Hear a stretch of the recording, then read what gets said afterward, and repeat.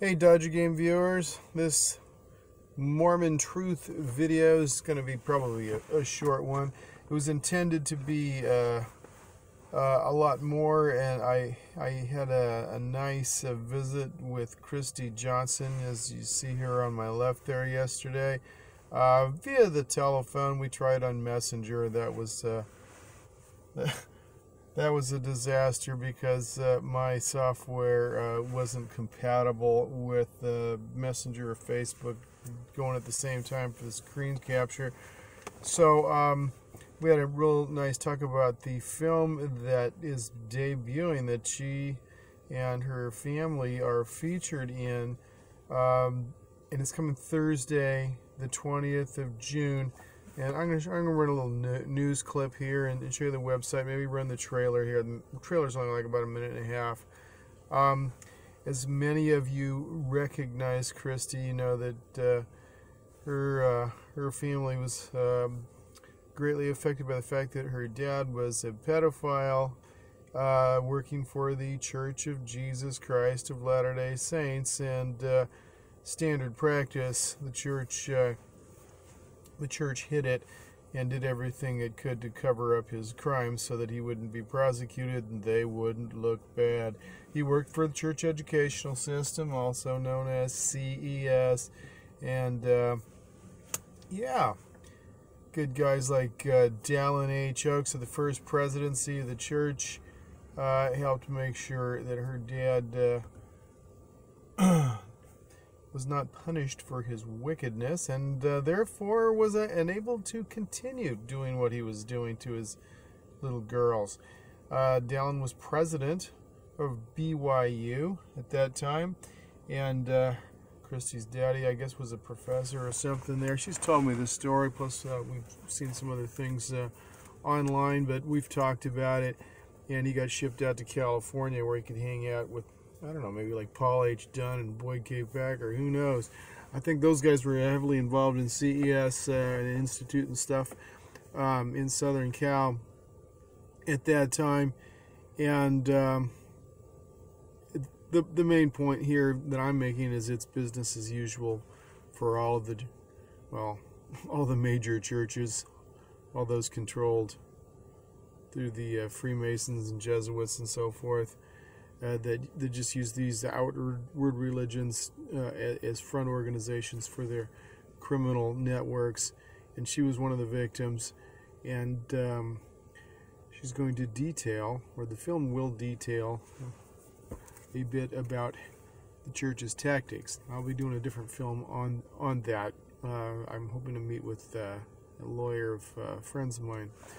But in the meantime, this movement that Kristy's getting going, she's drawing a lot of attention to this issue, and once again, these are not just rogue individuals. This is business as usual for the LDS Inc. crime organization. All right, let's take a look at the little news clip and the trailer.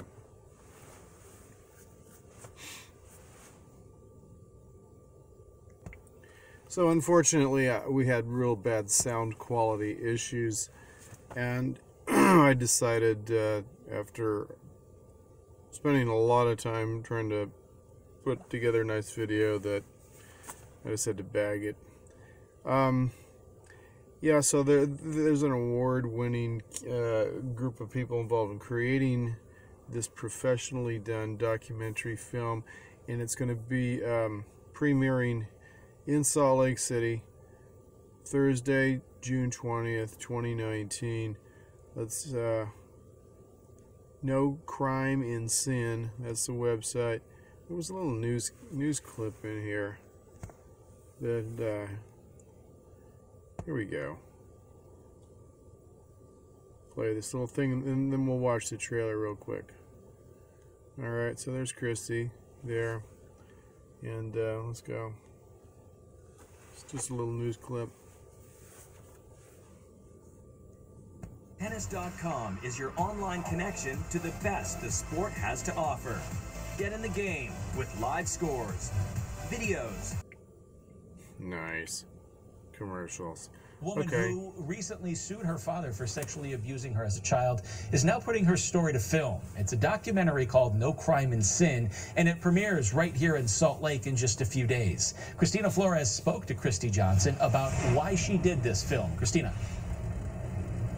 Well, Kristy Johnson says, like many survivors of abuse, it took her many years to come forward. But after she did and nothing happened, she decided to confront her father while a camera was rolling. Child abuse is so prevalent. Someone needs to tell this story. Decades after Kristy Johnson says she and her sister were sexually abused by their own father and broke ties with him, they asked to meet him with a film crew present. Surprisingly, he agreed. Literally, he was doing this. Everybody come on in. Kristy and her sister Kathy were accompanied by their brother. They showed up at their father's Utah County house to confront him about the sex abuse that happened a long time ago. My earliest memories are at 6 years old. Kristy says the abuse went on for years. Then her mother reported to LDS church leaders, but nobody stopped the abuse. She was told not to report it to the police. The family moved to California. In the 80s, Kristy and her sister went to police, but she says back then, church leaders advised her mom not to let police in the house. He never was questioned. He was never picked up, and he was never arrested. Kristy and Kathy lived with the pain of abuse into adulthood. He went on and had a great life, really. But we had all suffered, and he wasn't even concerned about that suffering. The documentary called No Crime in Sin shows her dad apologizing, but Kristy says the film isn't about him. I really took my power back that day. I mean, literally, I let go of him. She hopes the film helps other victims of abuse. And to empower people to tell what's happened, no matter how many years it's been, make a police report.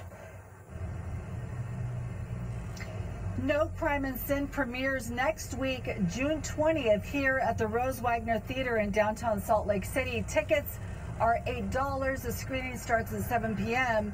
Kristy's sister, Kathy, who was in the film with her, died recently from cancer, so she was not able to see the final version of the film. One more note, Kristy did settle a lawsuit she filed against her father in civil court just recently. Back to you. All right. A family pleading with the justice system, saying to avoid an awful mistake. Jeremy? So this trailer's about a minute long is all. Minute and a half, something like that.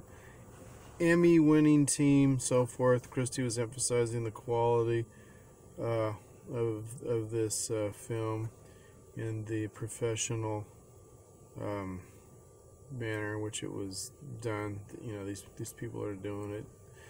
You'll see the trailer. You'll see that they put it together very well, and we are hoping that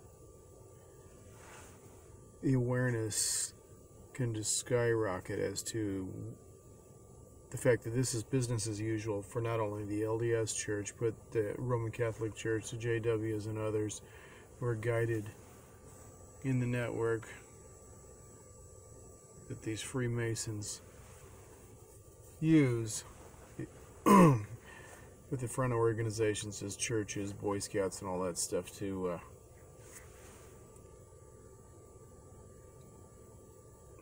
further their business of satanic ritual abuse.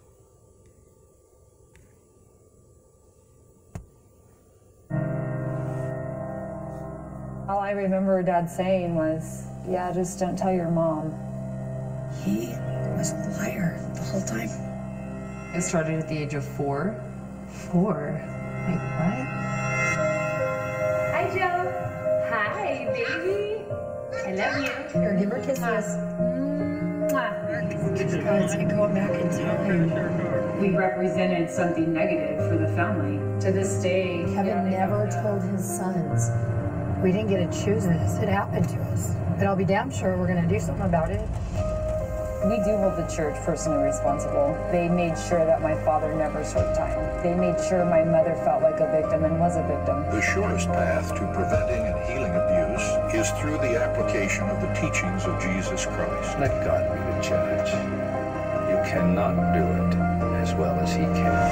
Sexual predators are more protected in the Mormon Church than innocent children and vulnerable adults. When So we just saw Dallin Oaks and Jeffrey Holland. Both of them are apostles of the Church of Jesus Christ of Latter-day Saints. Both of them have been the presidents of Brigham Young University, and it was Dallin Oaks who was president when Kristy's dad was molesting her when he was working there, and Dallin Oaks made sure that Kristy's dad was not prosecuted, but was shipped off to California, where they got him out of the area. Kind of the way the Catholics protect their pedophiles. If something happens in your LDS community, you don't go to the... And that piece of trash is in the first presidency of the LDS Church. Check out his resume sometime. I don't even think he was ever even a bishop. Not that that would really make a difference, but, you know, they pretend to be so spiritual, and, you know, he's all about just being the CEO of, you know, PBS, working with some criminal, what is it, Continental Bank.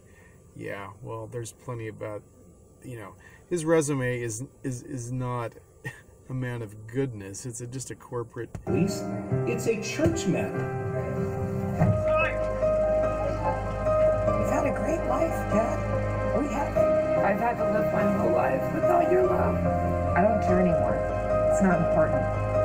Because you're not important. I'm angry for justice. I want to see justice done.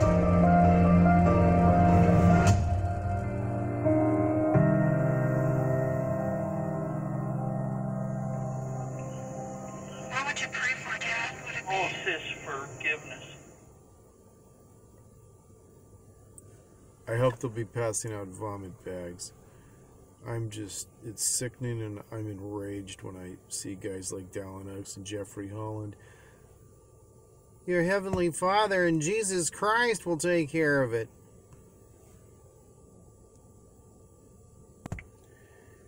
This would correspond to my page here, Mormon Truth Videos Gospel Topics Hub. As far as subject matter goes, LDS, JW, and Catholic Satanic Ritual, pedophilia in the Luciferian Masonic Network. So I tried to interview Kristy before I did this, but she had a complicated life that was too complicated, and some health issues at that time. And that's not just church leaders, but it's their